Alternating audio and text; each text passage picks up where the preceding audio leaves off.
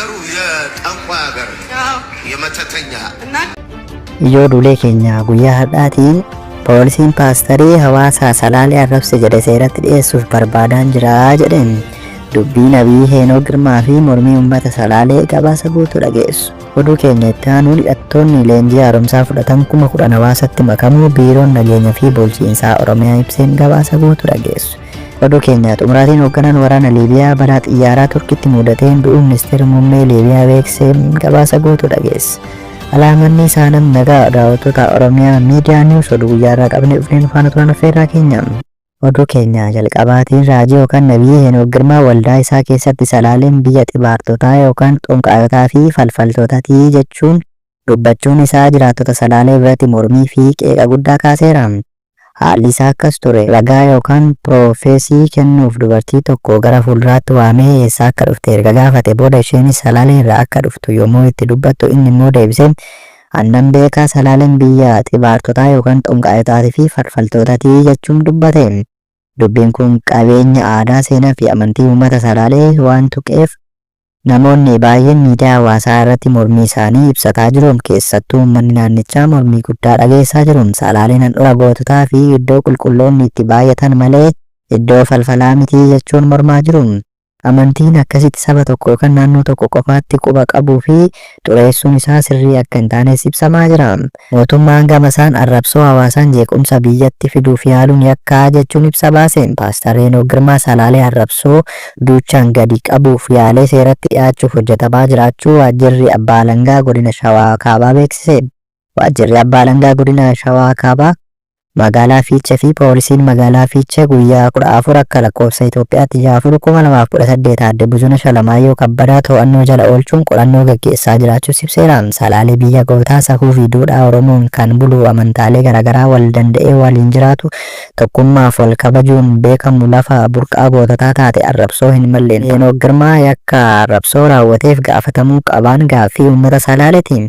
Kana bu'uureffachuun itti gaafatamaan waajjira abbaa alangaa godina Shawaa Kaabaa obbo Daamxoo Xaannaa yaada kennaniin arrabsoon maqaa saba xureessuun yakka hawaasaa waan jeequmsa biyyaa fidu kaasuu yakka guddaadha jechuun kutaa hawaasa tokkoo kophaatti adda baasee salaalee jedhee arrabsoo jibbiinsaa dubbachuun yakka seeranis nama gaafachiisudha jedheen. Nutis guyyaa kaleessaa guyyaa 14/2018 adde Buzunash Alamaayyoo Kabbadaa paastaricha waliin haasofte to'annoo seeraa jala ooluu ishee fi eeruu irraa fuudhuun qorannoon gadi fageenyaa gaggeeffamaa jiraachuu ibsuun abbaan alangaa himannaa hundeesse kan itti deemuu fi namticha arrabsoo raawwate naannoo biraa keessa jiru waan ta'eef qaama federaalaa waliin mari'atamaa jira jedhameen. Himannaa hundeessinii xiyyeeffannoo addaan olaantummaa seeraa kabachiisuufis ni hojjannaa jedhaniiru. Qaamoleen seeraa dhimmi ilaallatu waliin ta'uun tarkaanfiin seeraa barbaachisaa ta'e akka fudhatamu ni taasifna kan jedhan yoo ta'u kanas yeroo yeroon hordofnee bu'aa jiru hawaasaaf kan beeksisnu ta'a jedhaniiru obbo Daamxoon.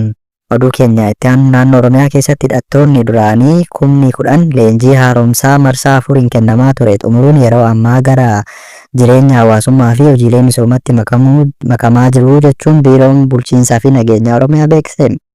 Hoogganaan biiroo bulchiinsaa fi nageenya Oromiyaa Komishinar Jeneraal Araarsaa Mardaasaa hidhattoonni duraanii leenjicha booda saffisaan hojii mootummaa fi dhuunfaa irratti hirmaachaa jiraachuu isaanii ibsanii jijjiiramni kun hawaasa keessatti nagaa fi tasgabbiin akka jiraatu cimsaa jedhaniiru. Komishinarichi dabalataan hidhattoonni duraanii jireenya isaanii haaromsuuf fedhii fi murannoo akka argisiisan hawaasnis deebii gaarii kennuun simannaa fi deeggarsa barbaachisaa ta'e akka taasisaa jiru ibsuun kunis walamantaa fi tokkummaa hawaasaa cimsuuf shoora guddaa qabaa jechuu isaanii dhaabbanni Pireesii Itoophiyaa gabaaseera. Haa ta'u malee hidhattoonni kun waggaa gamii keessatti kan hawaasatti makaman gabaasa kana keessatti wanti eeramee hin jiru. Hidhattoota kanaaf leenjiin ogummaa kennamee fi hojii garaagaraa irratti bobba'anii akka jiranis gabaasni kun eeree kaan hojii misooma mootummaa keessatti kan hirmaatan ta'uus ibseera. Haa ta'u malee akka ibsa biirichaatti naannawaa muraasa keessatti gareewwan hidhattootaa kuuwwan hidhatanii jiraachuu isaanii himuun rakkoo kana hubachuun furmaata waaraa irratti biirichi hojii cimsee itti fufsiisan hojjetaa akka jiru beeksiseera. Bifuma wal fakkaatuun dhuma torbee darbee muddee 21/2025 hidhattoonni waraana bilisummaa Oromoo 200 godina Wallagga Bahaa aanaa Giddaa Ayyaanaatti waamicha hawaasaan galuu mootummaan ibseera. Hidhattoonni kun wayita galanis aangawootni godina Wallagga Bahaa akkasumas ajajoonni olaanoo raayyaa ittisa biyyaa argamuun simannaa taasisaniifi jedhame.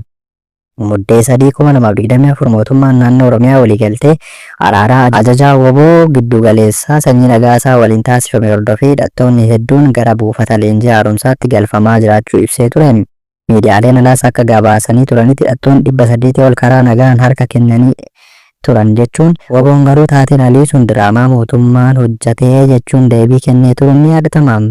Oduu keenya xumuraa fi biyya alaan hoogganaan waraana Liibiyaa balaa xiyyaaraa Turkiitti mudateen du'uu ministeerri muummee Liibiyaa beeksise. Jeneraal Mohammad Ali Ahmed Alhaad fi namoonni 4 waliin kibxata galgala xiyyaara Faalkoon 50 jedhamu magaalaa guddoo Turkii Ankaara irraa balali'aa ture keessa turaniin ministeerri muummee Liibiyaa Abdul Ahmed namoota garaa qulqulluun of kennanii biyya isaanii tajaajilanii jechuun dubbateera. Ministeerri dhimma biyya keessaa Turkii Aliin barreeffama eegsisaan irratti maxxansaniin jeetti daldalaa kun buufata xiyyaaraa Ankaaraa irraa erga ka'ee daqiiqaa 42 booda mallattoon xiyyaarichi balali'aa jiraachuu akeeku baduu dubbataniiru. Jeettiin gara Tiriipoolitti balali'u kun osoo qunnamtiin isaa adda hin citin dura muddamaan deebi'ee qubachuu akka barbaadu gaafataa ture.